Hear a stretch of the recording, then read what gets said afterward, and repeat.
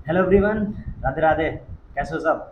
एकदम मस्त मजे में फैंटास्टिक फंडाबुलस चल रहा है ना, एकदम मस्त चकाचक, एकदम भौकाली माहौल चल रहा है ना भाई। ठीक है। तो याद होगा कि कल की डेट में हम लोगों ने, ठीक है, एसिड बेस एंड सॉल्ट का इंट्रो किया था। जिस इंट्रो के अंदर हमने काफ़ी सारी चीज़ें जानी थी। ठीक है। जैसे कि एसिड बेसिस क्या होते हैं, इंडिकेटर्स, ठीक है, कैसे पता करते हैं कि ये एसिड है या बेस है, एंड ऑल ये सारी चीज़ें हमने जानी थी। ठीक है। तो आज उसी के आगे की बात करते हैं हम लोग। ठीक है। तो चलिए फिर शुरू करते हैं। हाँ जी। तो हमारे पास पहली चीज़ है कि how do acids and bases react with metals. मतलब कि एसिड्स या फिर जो बेसिस होते हैं वो जब मेटल के साथ रिएक्शन करते हैं तो भैया रिएक्शन करते वक्त क्या होता है। तो इसके अंदर जो पहली चीज़ है वो आ रही है एसिड विद मेटल। एसिड जब मेटल के साथ रिएक्शन करते हैं तो जैसे कि याद होगा कि कल की डेट में मैंने बताई थी आप लोगों को एक बात, कि जब एसिड मेटल के साथ जैसे कि पोटेशियम, सोडियम, जिंक के साथ जब रिएक्शन होती है तो हाइड्रोजन गैस लिबरेट हो रही थी। क्या हो रही थी? हाइड्रोजन गैस लिबरेट हो रही थी, वहाँ से हाइड्रोजन गैस निकल रही थी। बस यही मामला है भैया। समझो ज़रा कि जब एसिड मेटल के साथ रिएक्शन करेगा, ठीक है, तो क्या बनाएगा भाई? हाइड्रोजन गैस लिबरेट होगी। ठीक है। और बनेगा मेटल का सॉल्ट। क्या बनेगा भाई? मेटल का सॉल्ट बनेगा। ठीक। पहली चीज़। तो इसके अंदर हम कुछ रिएक्शंस हैं जो करने के लिए चलते हैं भाई। तो पहली चीज़ है कि जितने भी रिएक्टिव मेटल्स होते हैं जैसे कि सोडियम हो गया, पोटेशियम हो गया, मैग्नीशियम हो गया, कैल्शियम हो गया, एल्यूमिनियम हो गया, जिंक हो गया, ये सब मिनरल एसिड्स के साथ रिएक्शन करेंगे। जैसे कि डाइल्यूट HCl, मिनरल एसिड मतलब HCl को डाइल्यूट कर दिया गया, H2SO4 को भी थोड़ा सा डाइल्यूट कर दिया गया, तो ये सारे के सारे हाइड्रोजन गैस रिलीज करेंगे। ये बात क्लियर है। ठीक है। तो जैसे कि जिंक है हमारे पास, Zn, जब ये H2SO4 मतलब कि सल्फ्यूरिक एसिड के साथ रिएक्शन होगा तो होगा क्या? ये आप पिछले चैप्टर में पढ़ के आए हो ना। ठीक है। Displacement reaction. तो जो जिंक है, ठीक, वो ज़्यादा रिएक्टिव है एज कम्पेयर टू हाइड्रोजन। तो जिंक क्या करेगा? हाइड्रोजन को डिस्प्लेस कर देगा उसकी जगह से। तो क्या बनाएगा? ZnSO4, मतलब कि जिसे हम जिंक सल्फेट कहते हैं। और साथ साथ हाइड्रोजन गैस क्या हो जाएगी? लिबरेट हो जाएगी। क्लियर? इसी तरीके से दूसरा, अगर जिंक किसके साथ रिएक्शन करें? HCl के साथ रिएक्शन करें, HCl के साथ रिएक्शन करें, ठीक है ना, तो जिंक वापस से H को रिमूव करेगा, मतलब कि ZnCl2 बनेगा। रिएक्शन बैलेंस कर लो भाई, इधर 2 हो जाएगा। और साथ साथ क्या होगा? हाइड्रोजन गैस लिबरेट हो जाएगी। क्लियर है? मतलब कि अगर जिंक हाइड्रोक्लोरिक एसिड के साथ भी रिएक्शन करेगा तब भी जिंक क्लोराइड मेटल का सॉल्ट ही बनेगा, और साथ साथ क्या होगा? हाइड्रोजन गैस लिबरेट हो जाएगी। नेक्स्ट, अगर मान लो सोडियम रिएक्शन कर रहा है, सोडियम रिएक्शन कर रहा है सल्फ्यूरिक एसिड के साथ, H2SO4 के साथ अगर सोडियम रिएक्शन कर रहा है तो बनाएगा Na2SO4, मतलब सोडियम सल्फेट बनाएगा। क्या बनाएगा? Sodium sulphate. Reaction balanced. और क्या होगा? हाइड्रोजन गैस लिबरेट हो जाएगी। क्लियर? बहुत इजी है यार, बहुत इजी है। ठीक। उसी जगह पर अगर मैग्नीशियम की बात करी जाए, मैग्नीशियम अगर रिएक्शन करेगा हमारा HCl के साथ, किसके साथ कर रहा है? HCl के साथ, तो मैग्नीशियम क्लोराइड मतलब कि MgCl2 बनाएगा। ठीक है। और हाइड्रोजन गैस क्या हो जाएगी? लिबरेट हो जाएगी। ठीक, क्या हो जाएगी? लिबरेट हो जाएगी। ठीक है। क्लियर है? कोई दिक्कत? एक नोट में एक पॉइंट लिखा हुआ भैया, क्या लिखा हुआ? Magnesium and manganese gives hydrogen with dilute HNO3, but zinc and iron do not because HNO3 is a very strong oxidant. अब देखो भैया, अगर हम मैग्नीशियम मतलब कि अगर हम Mg की रिएक्शन HNO3 के साथ करा दें, ठीक है, ठीक है, तो मैग्नीशियम नाइट्रेट बन जाता है MgNO3 का होल्ड वाइज, और हाइड्रोजन गैस लिबरेट हो जाती है। अगर हम मैंगनीज का भी रिएक्शन करा दें HNO3 के साथ तब भी सेम चीज़ हो जाती है। बट अगर जिंक और आयरन की रिएक्शन अगर हम HNO3 के साथ कराएंगे तो वो नहीं करेगा। क्यों नहीं करेगा? क्योंकि ये बहुत ज़्यादा ऑक्सीडाइजिंग एजेंट है, बहुत स्ट्रॉन्ग ऑक्सीडेंट है। ठीक है। तो जिसकी वजह से क्या होता है, ये जिंक और आयरन से हाइड्रोजन गैस लिबरेट नहीं करा पाते और मेटल के सॉल्ट नहीं बना पाता है। क्लियर है?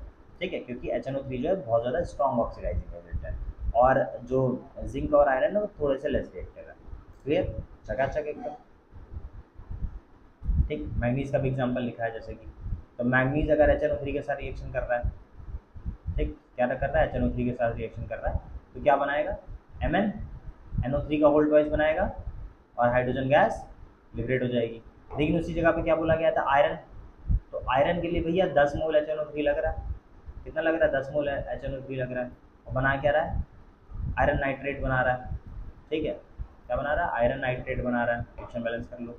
और डाई नाइट्रोजन मोनोऑक्साइड बना रहा है प्लस 5 मोल वाटर निकाल रहा है, मतलब क्या हो रहा है, ऑक्सीडाइजिंग एजेंट है, ऑक्सीजन को क्या कर रहा है, जोड़ दे रहा है, ऑक्सीजन को क्या कर रहा है, जोड़ दे रहा है, ठीक है। और हाइड्रोजन गैस तो लिबरेट नहीं हो रही है।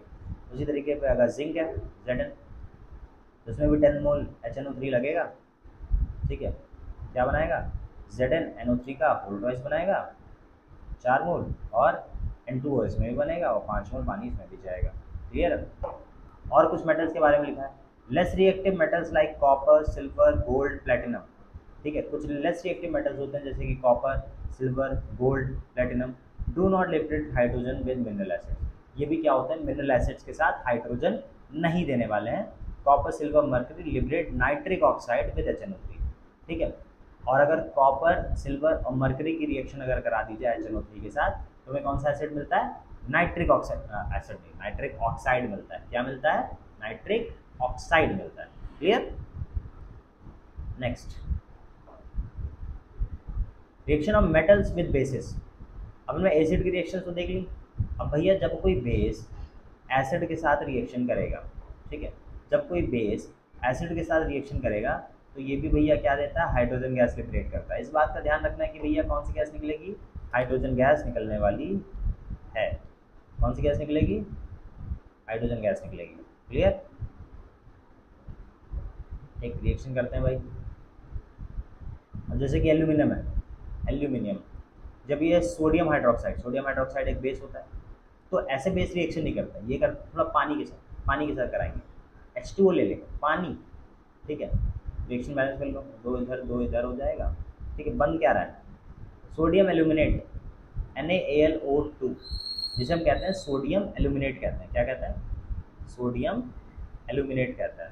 क्या कहता है, सोडियम एल्यूमिनेट कहता है, ठीक। और साथ साथ क्या होगी, हाइड्रोजन गैस लिबरेट हो जाएगी 3 मोल, ठीक। क्लियर है।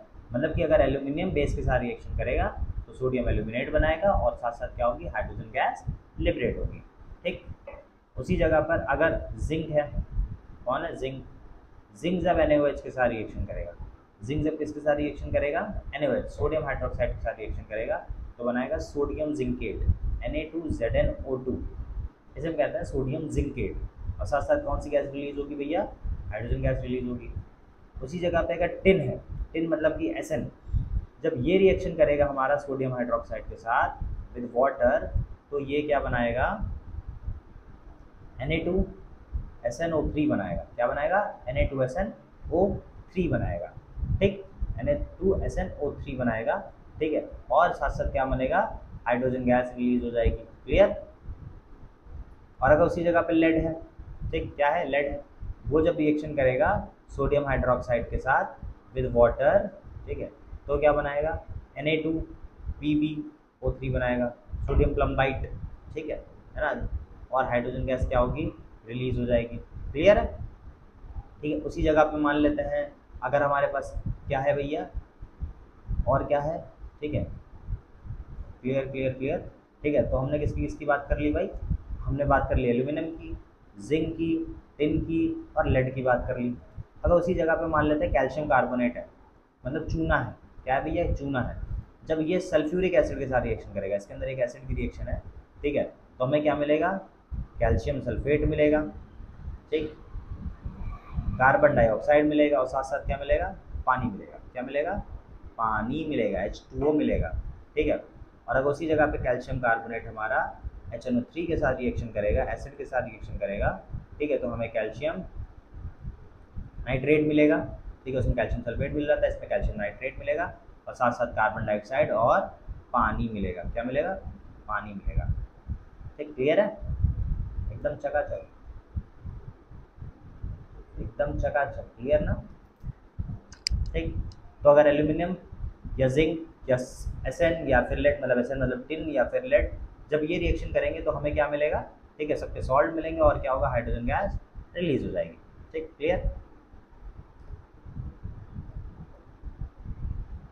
अब हाँ समझो, एक और इम्पॉर्टेंट बात है कि कई सारे पर्सन्स को क्या होता है, एसिडिटी की प्रॉब्लम होती है। सुना होगा कि बहुत सारे लोगों को बोलते हुए कि मुझे एसिडिटी हो गई है ना। तो ये क्या होता है कि जब हमारे पेट के अंदर बहुत ज़्यादा अमाउंट में HCl प्रोड्यूस हो जाता है, ठीक है, एक्सेस ऑफ डाइल्यूट HCl हो जाता है, तब हमें एसिडिटी की प्रॉब्लम होती है। तब हमें क्या होती है? एसिडिटी की प्रॉब्लम होती है। तो उस एसिडिटी की प्रॉब्लम को हटाने के लिए, हमें क्या करना होता है? न्यूट्रलाइज करना होता है। क्या करना होता है? न्यूट्रलाइज करना होता है। तो अगर एसिड बहुत ज़्यादा प्रेजेंट हो गया तो उसको न्यूट्रल करने के लिए कौन चाहिए होगा? बेस चाहिए होगा। कौन चाहिए होगा? बेस चाहिए होगा।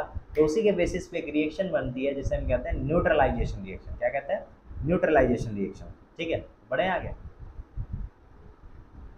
न्यूट्रलाइजेशन रिएक्शन, ठीक, समझो न्यूट्रलाइजेशन रिएक्शन क्या होती है।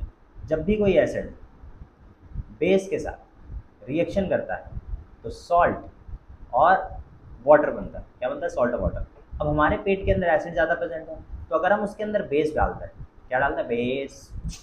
बेस डाल देंगे तो क्या बन जाएगा? नमक बन जाएगा अंदर। अब नमक तो नुकसान नहीं करता, और पानी बन जाएगा, पानी भी नुकसान नहीं करता। ठीक है, तो जैसे कि मान लेते हैं हमारी बॉडी के अंदर बहुत ज़्यादा अमाउंट में HCl प्रेजेंट हो गया, ऊपर से हम क्या करें? अगर मान लो सोडियम हाइड्रोक्साइड डाल दें, वैसे तो नहीं डालना है, सोडियम हाइड्रोक्साइड अगर डाल दें, ठीक है, तो क्या बनाएगा? NaCl। ठीक है, NaCl बनाएगा और HOH मिल करके क्या बना देगा? पानी बना देगा। ये था एसिड, बेस, सॉल्ट और वाटर। तो न्यूट्रलाइजेशन रिएक्शन क्या होती है? The reaction in between acid and base, the reaction between acid and base to give salt and water, जो कि सॉल्ट और वाटर देता है, उसे हम कहते हैं न्यूट्रलाइजेशन रिएक्शन। क्लियर? अब जैसे कि मान लो KOH है, पोटेशियम हाइड्रोक्साइड, बेस है, H2SO4 सल्फ्यूरिक एसिड है। ठीक, जब ये रिएक्शन करेगा बनाएगा K2SO4 नमक, और क्या बनाएगा? पानी बनाएगा। क्या बनाएगा? पानी बनाएगा, पानी। ठीक, ये बेस है, ये एसिड है, ये सॉल्ट है और ये वाटर है। तो जो मिल्क ऑफ मैग्नीशियम होता है, मिल्क ऑफ मैग्नीशियम मतलब कि जो मैग्नीशियम हाइड्रोक्साइड होता है, ठीक है, जब एसिडिटी हो जाती है तो मिल्क ऑफ मैग्नीशियम मतलब कि मैग्नीशियम हाइड्रोक्साइड, ठीक है, का यूज़ किया जाता है। मैग्नीशियम हाइड्रोक्साइड को हम लेते हैं, ठीक है, जिसकी वजह से क्या होता है? पेट में प्रेजेंट जो एक्सेस HCl होता है उसको वो न्यूट्रलाइज कर देता है। क्या कर देता है? न्यूट्रलाइज कर देता है। क्लियर है? ठीक, अब नेक्स्ट रिएक्शन है हमारे पास कुछ कि how do metals carbonate, metal के जो कार्बोनेट होते हैं या मेटल हाइड्रोजन कार्बोनेट या फिर मेटल हाइड्रोजन कार्बोनेट जो होता है, वो जब एसिड के साथ रिएक्शन करते हैं तो क्या बनता है? जब वो एसिड के साथ रिएक्शन करते हैं तो क्या बनता है? जिसकी हमने एक दो रिएक्शन बेस वाले में करके रखी है, दो रिएक्शन थी, याद होगा ना, कैल्शियम कार्बोनेट वाली HNO3 और H2SO4 के साथ करी थी ना। ठीक है, समझ। तो क्या होगा अगर कोई मेटल कार्बोनेट है या फिर मेटल हाइड्रोजन कार्बोनेट है, ठीक है, जब ये एसिड के साथ रिएक्शन करेगा, किसके साथ रिएक्शन करेगा? एसिड के साथ रिएक्शन करेगा, तो बनाएगा salt plus carbon dioxide plus water. ये बात पक्की है, समझ। जब कोई मेटल कार्बोनेट या फिर मेटल हाइड्रोजन कार्बोनेट रिएक्शन करेगा किसके साथ? एसिड के साथ, तब क्या बनाएगा? सॉल्ट बनाएगा, कार्बन डाइऑक्साइड बनाएगा और क्या बनाएगा? पानी बनाएगा, H2O बनाएगा। क्लियर? एकदम चकाचक, कोई दिक्कत, कोई परेशानी, कोई गिला, कोई शिकवा, कोई नाराजगी, हताशा, निराशा तो नहीं है ना? ठीक है, समझ गए? ठीक, करते हैं भाई, करें, समझो। तो मान लेते हैं हमारे पास क्या है? सोडियम कार्बोनेट है, Na2CO3। क्या है? Na2CO3। एसिड के साथ रिएक्शन करानी है, मतलब हमने HCl के साथ रिएक्शन कराई। किसके साथ रिएक्शन करा दी? HCl के साथ जब रिएक्शन करा दी तो क्या होगा? अब ये जो Na है ये Cl को लेकर के नमक बनाएगा, तो ये बोला गया था नमक बनेगा, NaCl बन गया। ठीक, कार्बन डाइऑक्साइड बनेगा, क्या बनेगा? कार्बन डाइऑक्साइड बनेगा, और साथ साथ क्या बनेगा? पानी बनेगा। अब जो कार्बन डाइऑक्साइड होती है वो होती है गैस, वो उड़ गई। ठीक है, रिएक्शन बैलेंस कर लो भाई, इधर Na2 है, इधर 2 कर लो, ठीक है, जिसके चक्कर में Cl 2 हो गया तो इधर भी 2 कर लो, मामला बराबर हो गया। समझ गए? मतलब जब भी कोई मेटल कार्बोनेट, ठीक है, हमारा रिएक्शन करेगा किसके साथ? एसिड के साथ जब कोई रिएक्शन करेगा, ठीक है, तो क्या बनेगा? नमक बनेगा, ठीक, कार्बन डाइऑक्साइड बनेगा और H2O बनेगा। उसी जगह पे अगर यही NaHCO3 होता, मतलब कि सोडियम हाइड्रोजन कार्बोनेट होता, अब जब ये एसिड के साथ रिएक्शन करता तब भी क्या बनता? नमक बनता, NaCl बनेगा, Na और Cl बन गया, कार्बन डाइऑक्साइड गैस रिलीज होगी, ठीक है, और साथ साथ क्या हो गया, H2O बन गया, H2O बन गया, क्लियर। उसी जगह पे अगर हम कॉपर कार्बोनेट ले लें, CuCO3 ले लें, ये जब H2SO4 के साथ रिएक्शन करेगा, ठीक, तो क्या बनाएगा, CuSO4 बनाएगा, ठीक है, कॉपर सल्फेट जो कि नमक होता है, ठीक है, CuSO4 को लेकर के निकल गया, कार्बन डाइऑक्साइड और वाटर बन गया, ठीक। देखो इसकी दो रिएक्शन करी थी हमने यहाँ पर, ये रही वो दो रिएक्शन, कैल्शियम कार्बोनेट, ठीक, HNO3 के साथ कार्बन डाइऑक्साइड पानी बन रहा है ना। बस हुआ क्या था, यहाँ पे ये लग गई हैं, गड़बड़ हो गई थी थोड़ी सी, ठीक, क्लियर हो गया ना, ठीक। ये देखो वापस से भाई रिएक्शन आ जाती है। हाँ लिखा गया है, another point is that carbon dioxide gas does not support combustion. और एक और बात जान लो कि जो कार्बन डाइऑक्साइड गैस होती है वो कंबशन सपोर्ट नहीं करती, मतलब वो किसी चीज़ में आग नहीं लगने देती, and it can extinguish a burning substance, मतलब कि कोई भी चीज़ अगर जल रही है तो उसको वो क्या करेगी, बुझा देगी। तो इसी वजह से कार्बन डाइऑक्साइड गैस जो होती है वो फायर एक्सटिंग्विशर्स में यूज़ होती है, इसी वजह से carbon dioxide gas fire extinguishers में यूज़ होती है। देखा होगा वो सिलेंडर्स होते हैं, जब फोड़ते हैं निकालते हैं, कार्बन डाइऑक्साइड गैस निकल रही होती है जो कि क्या करती है, आग बुझाने का काम करती है, ठीक है। तो जैसे कि हमारे पास क्या है, कैल्शियम कार्बोनेट है, CaCO3 है, जब ये H2SO4 के साथ रिएक्शन करेगा तो क्या बनाएगा, डिस्प्लेसमेंट रिएक्शन भैया, कैल्शियम सल्फेट CaSO4 बन गया, कार्बन डाइऑक्साइड बन गया और पानी बन गया, कार्बन डाइऑक्साइड गैस लिबरेट हुई, तो वो क्या करेगी, आग बुझा देगी, ठीक है। उसी तरीके से अगर कैल्शियम कार्बोनेट को हम रिएक्शन करा दें HNO3 के साथ, मतलब नाइट्रिक एसिड के साथ करा दें, 2 मोल लगेंगे, तब क्या बनेगा, CaNO3 का होल ट्वाइस लगेगा, कार्बन डाइऑक्साइड बनेगा और पानी बनेगा, क्लियर। पानी से भी तो आग बुझती है, ठीक, क्लियर। अब बात करते हैं रिएक्शन ऑफ मेटेलिक ऑक्साइड्स। अब भैया मेटल जब ऑक्सीजन के साथ मिले होंगे तो मेटल के ऑक्साइड्स भी बनाए होंगे, तो जब वो मेटल के ऑक्साइड्स बनाए होंगे, ठीक है, अब मेटल के ऑक्साइड्स को रिएक्शन भी करना पड़ेगा भैया, किसके साथ, एसिड के साथ। किसका रिएक्शन करेंगे, एसिड के साथ रिएक्शन करेंगे। अब एसिड के साथ रिएक्शन करके बनाएंगे क्या, समझो जरा, एसिड के साथ रिएक्शन करके ये क्या बनाएंगे, ठीक है। तो मेटेलिक ऑक्साइड जैसे कि Na2O मतलब सोडियम ऑक्साइड, K2O मतलब पोटेशियम ऑक्साइड, कैल्शियम ऑक्साइड मतलब CaO, मैग्नीशियम ऑक्साइड मतलब MgO, CuO मतलब कॉपर ऑक्साइड, ये सारे के सारे नेचर में कैसे होते हैं, बेसिक होता है। कैसे होते हैं, नेचर में बेसिक होता है। तो अगर ये नेचर में बेसिक है तो एसिड के साथ रिएक्शन करेंगे तो मतलब नमक बनाएंगे, क्लियर है ना, क्योंकि भैया एसिड और बेस रिएक्शन करके नमक बनाता है। अब ये जो Na2O है, K2O है, कैल्शियम ऑक्साइड है, मैग्नीशियम ऑक्साइड है, कॉपर ऑक्साइड है, ये सारे के सारे इनका नेचर कैसा है, बेसिक है। अब अगर इनका नेचर बेसिक है, एसिड के साथ रिएक्शन करेंगे तो बनाएंगे क्या, नमक और पानी बनाएंगे, न्यूट्रलाइजेशन रिएक्शन। समझो, कॉपर ऑक्साइड CuO, ठीक, कॉपर ऑक्साइड ये रिएक्शन करा इसके साथ HCl के साथ, हाइड्रोक्लोरिक एसिड के साथ, ठीक है, रिएक्शन करेगा क्या बनाएगा, नमक बनाएगा, CuCl2, कॉपर क्लोरीन को लेके निकल गया, नमक बना दिया, और क्या बन गया, बेचारा H जो बचा वो पानी बना गया, H2O लिक्विड। उसी तरीके से जिंक ऑक्साइड है ZnO, ये अगर H2SO4 के साथ रिएक्शन करेगा, ठीक है, तो क्या बनाएगा, ZnSO4 बनाएगा और पानी बनाएगा, H2O बनाएगा, है ना, एकदम इजी पीजी लेमन स्क्वीजी चीज़, बहुत आसान है। बस बस ये याद रखना है, थोड़ा थोड़ा फॉर्मेट याद रखना है, ठीक है, कि ये चीज़ के साथ रिएक्शन करेगी तो ये बनाएगी, बस बाकी कुछ ज़रूरत नहीं है, सब ऐसा ही हो जाता है, बता रहा हूँ, बस एक बार ध्यान दे जाओगे ना सब हो जाएगा एकदम मस्त चकाचक तरीके से, ठीक। फिर आते हैं non metallic oxides with base, ठीक है। अब समझो जरा, जो मेटेलिक ऑक्साइड्स थे वो नेचर में बेसिक थे, अब जो नॉन मेटेलिक ऑक्साइड्स होते हैं वो नेचर में एसिडिक होते हैं। क्या होते हैं, नेचर में एसिडिक होते हैं।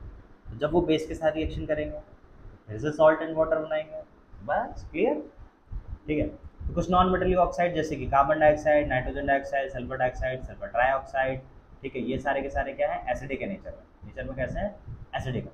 अब नेचर में एसिडिक होने का मतलब कि वो बेस के साथ जब भी रिएक्शन करेंगे क्या बनाएंगे, नमक और पानी बनाएंगे, नमक और पानी बनाएंगे, नमक और पानी बनाएंगे, नमक और पानी बनाएंगे, ठीक, क्लियर। पहली चीज़ कैल्शियम हाइड्रोक्साइड, ठीक, के साथ कौन रिएक्शन करेगा, कार्बन डाइऑक्साइड, ये बेस है, कार्बन डाइऑक्साइड मेटेलिक ऑक्साइड, जब ये रिएक्शन करेगा, ठीक है, तो बनेगा कैल्शियम कार्बोनेट CaCO3 बनेगा, जो कि क्या होता है, एक सॉल्ट होता है।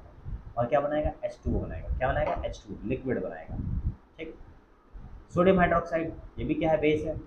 जब ये रिएक्शन करेगा सल्फर डाइऑक्साइड के साथ तो बनाएगा Na2SO3, ये होता है सोडियम सल्फाइड। क्या होता है भैया, सोडियम सल्फाइड।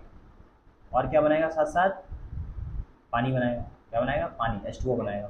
ठीक, क्लियर है, चकाचक। Metal oxide and non metal oxide react together occurs bonding corresponding metal salt is form. अब बोला क्या जा रहा है कि अगर मेटल की ऑक्साइड ले ली जाए, ठीक है, मेटल की ऑक्साइड ले ली जाए मतलब Na2O ले लिया जाए, नॉन मेटल ऑक्साइड मतलब कार्बन डाइऑक्साइड ले लिया जाए, तो ये दोनों साथ में मिलकर क्या बना देते हैं, नमक बना देता है। क्या बना देता है, नमक बना देता है। तो इसकी पहली रिएक्शन Na2O मतलब मेटल की ऑक्साइड, ठीक, कार्बन डाइऑक्साइड नॉन मेटल की ऑक्साइड। अब ये दोनों साथ में क्या होंगे, कंबाइन हो जाएंगे, combination reaction. Na2CO3 sodium carbonate. दूसरी रिएक्शन Na2O है प्लस सल्फर डाइऑक्साइड है, SO2 है। ठीक है, ये साथ में रिएक्शन करके क्या बनाएंगे, Na2SO3 बना देंगे, सोडियम सल्फाइड बना देंगे। ठीक, क्लियर। इसमें एक और इम्पॉर्टेंट नोट लिखा है कि non metallic oxides are acidic in nature and metallic oxides are basic in nature. वही चीज़ बोली थी हमने कि नॉन मेटेलिक ऑक्साइड जो होती है वो नेचर में एसिडिक होता है, और मेटेलिक ऑक्साइड जो होता है वो नेचर में क्या होता है, बेसिक होता है। क्या होता है, बेसिक होता है। क्लियर। अब एक बहुत कॉमन सवाल जो कि जैसे कॉमन आएगा उसके अंदर कि what do all acids and all basis have in common. Acids और बेसिस में कॉमन है क्या?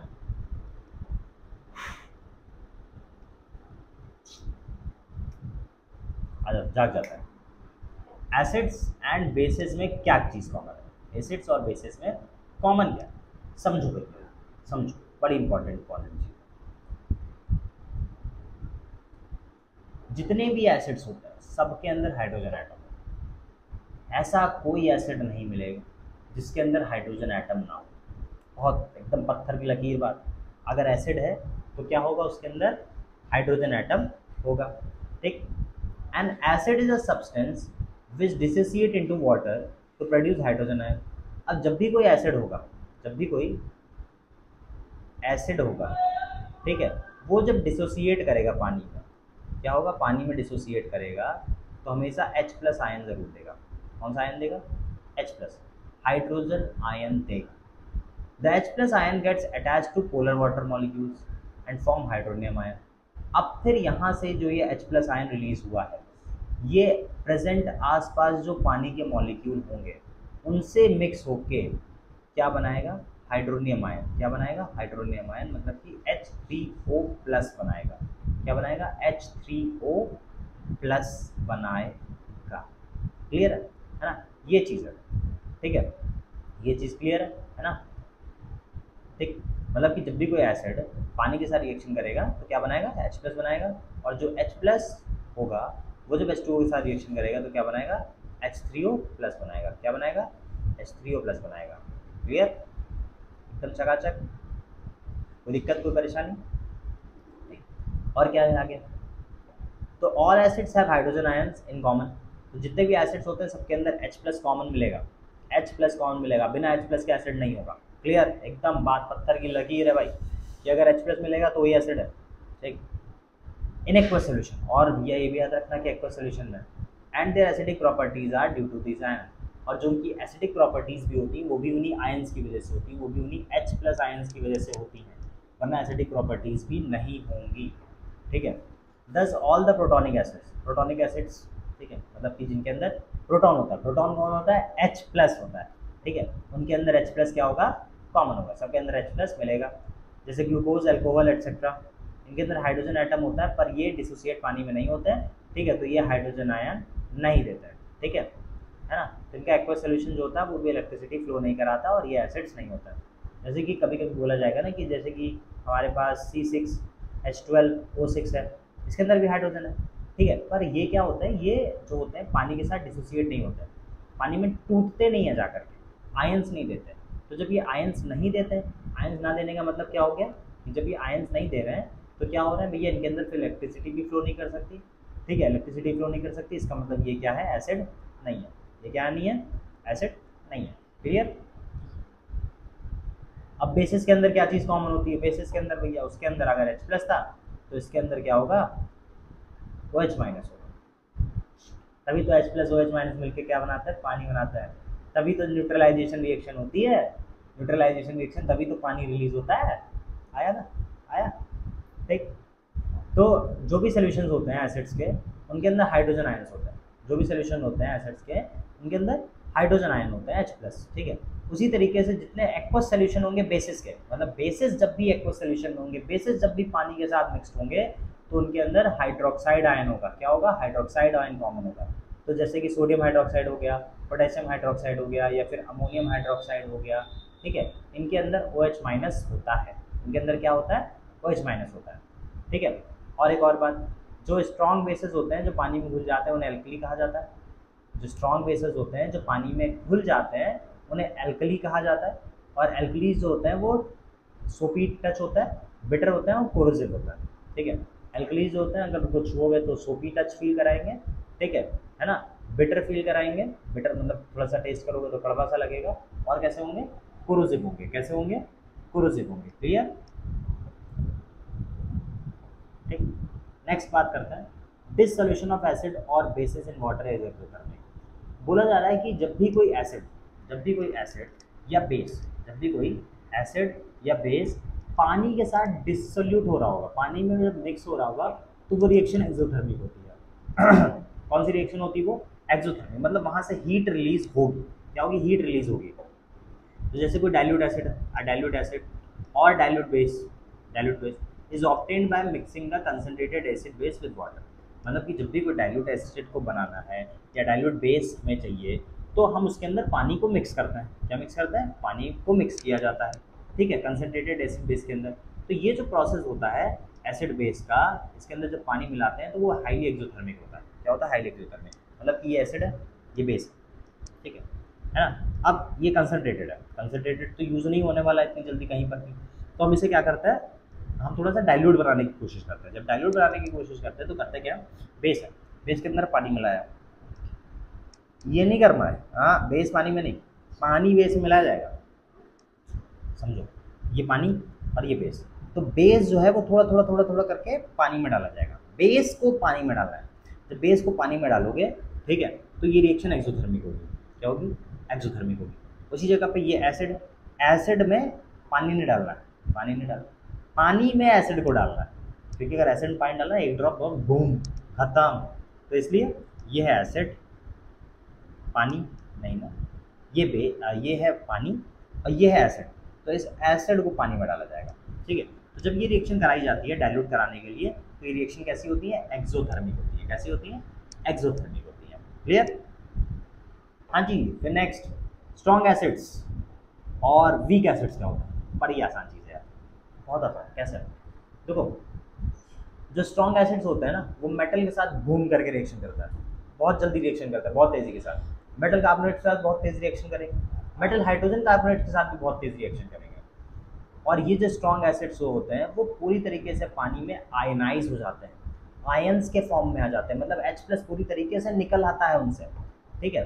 And large concentration of hydrogen ions are called strong acids. ठीक है। अब समझो, जिनके अंदर H+ हाइड्रोजन आयन की कंसंट्रेशन ज़्यादा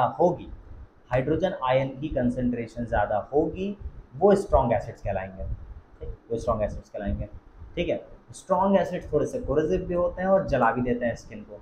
ठीक है। और पी तो सकते ही नहीं हो, नहीं पी सकते भाई। ठीक है। तो जैसे कि HCl है, कौन है भाई? HCl। ठीक है। HCl को जैसे ही क्या करोगे, पानी के साथ डालोगे, तो पूरी तरीके से ये H+ और Cl- में टूट जाएगा। उसी जगह पे H2SO4 है, ये भी कंप्लीटली डिसोसिएट होता है H+ और SO4 2- में।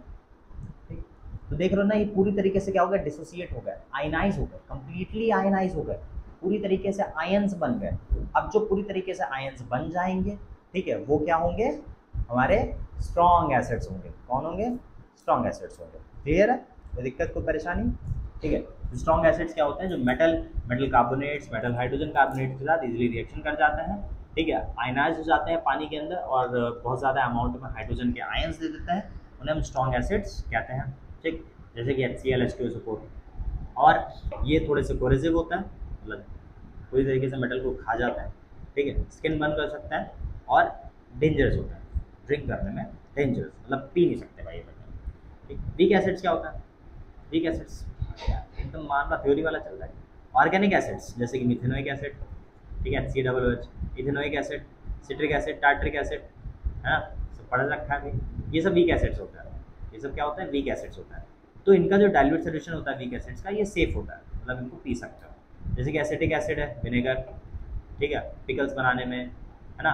कार्बोनिक एसिड्स, पिकल्स जानते हो ना, अचार, कार्बोनिक एसिड हो गया, सोडा वाटर बनाने में या फिर सॉफ्ट ड्रिंक्स बनाने में यूज़ होता है, पी जाती हैं।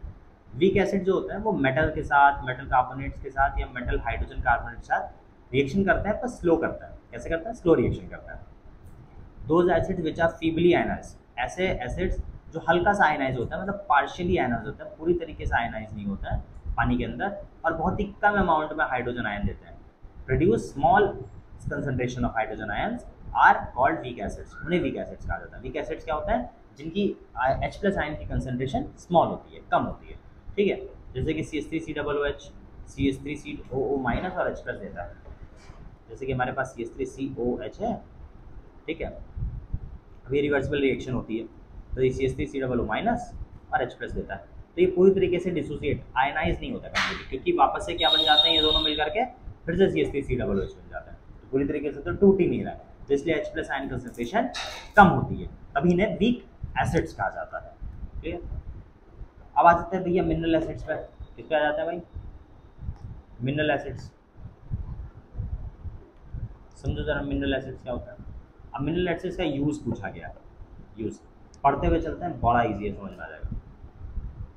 हाँ जी, mineral acids are very important chemicals for various industries. Mineral acids जो होते हैं कई सारी इंडस्ट्रीज के लिए बहुत इंपॉर्टेंट एसिड्स हैं। ठीक है, अब समझो जो सल्फ्यूरिक एसिड होता है H2SO4, इसकी बात करी जाए अगर, पहले H2SO4 की अगर बात करी जाए, तो ये जो H2SO4 होता है ये पेपर बनाने में, पिगमेंट्स बनाने में, पेंट बनाने में, डिटर्जेंट बनाने में, ड्रग बनाने में, डाई का कलर स्टफ बनाने में, प्लास्टिक बनाने में, सिंथेटिक फाइबर्स बनाने में, डायनामाइट बनाने में, ट्राइनाइट्रोटोलुएंट टाइप बैटरीज बनाने में कार्स की, इन सब में यूज़ होता है। ठीक है, तो इंडस्ट्रीज में तो यूज़ होगा, पढ़ लेते हैं भैया। Sulphuric acid is used in the manufacture of paper, pigments, paints, detergents, drugs, dyestuffs, plastics, synthetic fibers. It is also used in the manufacture of fertilizers such as ammonium sulfate, manufacture of explosives जैसे dynamite, TNT, batteries that are used in cars, inverters contain sulfuric acid, metals are cleaned by H2SO4 to remove the oxide layer on them। इतना सारा use होता है जो बताया, जैसे कि paper बनाने में, पिगमेंट्स बनाने में, पेंट, डाइस्टफ, इन सब बनाने में यूज़ होता ही होता है। साथ साथ फर्टिलाइजर में भी यूज़ होता है अमोनियम सल्फेट, जो कि खेतों में पड़ता है। एक्सप्लोजिव जो बताया, डायनामाइट बताया, ट्राइनाइट्रोटोलुएंट बताया, बैटरीज, कार की बैटरीज हो गई, इन्वर्टर्स हो गए, या फिर इन्वर्टर जिनके अंदर सल्फ्यूरिक एसिड होता है वो हो गया, और कुछ मेटल्स होते हैं, मेटल के ऊपर गंदगी लगी होती है, गंदे होते हैं, तो उनको साफ़ करने के लिए किसका यूज़ करते हैं? H2SO4 का यूज़ करते हैं। ठीक, अब नेक्स्ट नाइट्रिक एसिड आता है। कौन आता है भाई? Nitric acid. नाइट्रिक एसिड का कहीं भी यूज़ होता है, same dyes, plastic, medicine, perfumes, ठीक है, एक्सप्लोसिव बनाने में जैसे कि नाइट्रोग्लिसरीन, ट्राइनाइट्रोटोलुएन, ठीक है, गन कॉटन बनाने में इसका यूज़ होता है। ठीक है, और अमोनियम नाइट्रेट फर्टिलाइजर होता है। Nitric acid is used in the manufacture of dyes, plastics, medicine, perfumes, और साथ साथ मैन्युफैक्चर ऑफ एक्सप्लोजिव्स जैसे nitroglycerine, trinitrotoluene, gun cotton. Nitric acid is use in the manufacture of ammonium nitrate बनाने में use होता है। इन सारी चीज़ों में यूज़ होता है। ठीक, फिर आता है हाइड्रोक्लोरिक एसिड, मतलब कि HCl। ठीक है, HCl का यूज़ कहाँ कहाँ होता है? सेम चीज़, कपड़े की इंडस्ट्री में हो गया, लेदर इंडस्ट्री में हो गया, फूड इंडस्ट्री में हो गया, डाई स्टफ बनाने में हो गया। ठीक है, कोई मेटल है, मेटल के ऊपर ऑक्साइड की लेयर चढ़ी हुई गंदगी है तो उसको साफ़ करने के लिए हो गया। ठीक है, अब जो बॉयलर ट्यूब्स होती हैं उनके साइड में बहुत सारी चीज़ जम जाती हैं, उसको साफ़ करने के लिए हो गया। ठीक है ना। इलेक्ट्रिकल इमल्शन रॉड्स होती हैं, ठीक है, जिसके करंट फ्लो करना थोड़ा मुश्किल हो जाता है तो उसको साफ़ करने के लिए हो गया। बॉयलर ट्यूब साफ़ करने के लिए हो गया। ठीक है, तो hydrochloric acid is use in the manufacture of die stuff. ठीक है ना, टेक्सटाइल, फूड, लेदर इंडस्ट्रीज, और साथ साथ removing oxide film from the metal, metal के ऊपर से ऑक्साइड फिल्म हटाने के लिए हो गया। Hydrochloric acid is use in the descaling, descaling में यूज़ किया जाता है, जैसे कि electrical immersion rods, boiler tubes में। The process of removing the deposits of electrical immersion rods, boiler tubes etcetera, मतलब जो ऊपर ऑक्साइड्स की जो लेयर चढ़ जाती है उनको हटाने के लिए जो यूज़ होता है, जो प्रोसेस होता है उसे डिस्केलिंग कहता है। क्या कहते हैं? डिस्केलिंग कहते हैं। क्लियर? अब एसिड के तो यूज़ जान लिए, बेस के भी यूज़ जान लो भाई, बेस कहाँ का यूज़ होता है। ठीक, तो मैग्नीशियम हाइड्रोक्साइड एंटासिड की तरह यूज़ होता है, मतलब एंटासिड, एसिड का एंटीबॉडी है। ठीक, जैसे कि person suffering from hyper acidity, किसी इंसान को हाइपर एसिडिटी हो रखी हो तो मैग्नीशियम हाइड्रोक्साइड उसे दिया जाता है न्यूट्रलाइज करने के लिए excess of acid in the stomach. पेट के अंदर अगर बहुत ज़्यादा अमाउंट में स्टमक के में एसिड प्रेजेंट है तो उसको न्यूट्रलाइज करने के लिए मैग्नीशियम हाइड्रोक्साइड दिया जाता है। कैल्शियम हाइड्रोक्साइड, स्लेक लैंड जिसे चूना कहते हैं, is use in white washing the building and the manufacture of bleaching powder, bleaching powder बनाने में यूज़ होता है, और बिल्डिंग को वाइट वॉश करने के लिए, बिल्डिंग्स को साफ करने के लिए यूज़ होता है। साफ मतलब पेंट, ऐसे पेंट पहले करते थे प्लास्टर के बाद, देखा होगा। सोडियम हाइड्रोक्साइड यूज़ होता है सोप बनाने में, पेपर बनाने में, डाइज, ड्रग्स, सिंथेटिक फाइबर्स बनाने में यूज़ होता है। It is also use to absorb carbon dioxide, और साथ साथ कार्बन डाइऑक्साइड को भी एब्जॉर्ब कर लेता है। Sodium hydrogen carbonate is use है बेकिंग सोडा, बेकिंग सोडा की तरह यूज़ किया जाता है खाने में, और एंटासिड की तरह भी यूज़ किया जाता है। बेकिंग पाउडर बनाने में यूज़ किया जाता है, माइल्ड एंटीसेप्टिक, हल्की सी दवाई बनाने में, ठीक है, कहीं जल जाता है तो, और एक्सटिंग्विशर्स, ठीक है, फायर एक्सटिंग्विशर्स में भी यूज़ होता है। सोडियम कार्बोनेट यूज़ होता है ग्लास, पेपर, टेक्सटाइल, डाई और ड्रग्स इंडस्ट्रीज़ में यूज़ होता है, ये सब बनाने में यूज़ किया जाता है। क्लियर? तो आज के लिए इतना ही। ठीक, क्लियर? एक बार स्क्रीन शॉट ले लो सबका। This one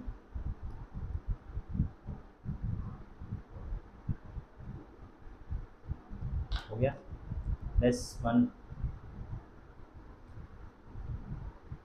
okay.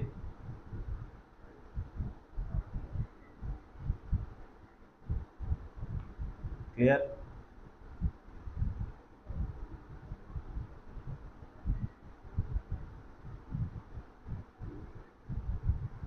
ठीक, नेक्स्ट। तो भाई अच्छे से पढ़ लेना, ठीक है, तब तक के लिए राधे राधे।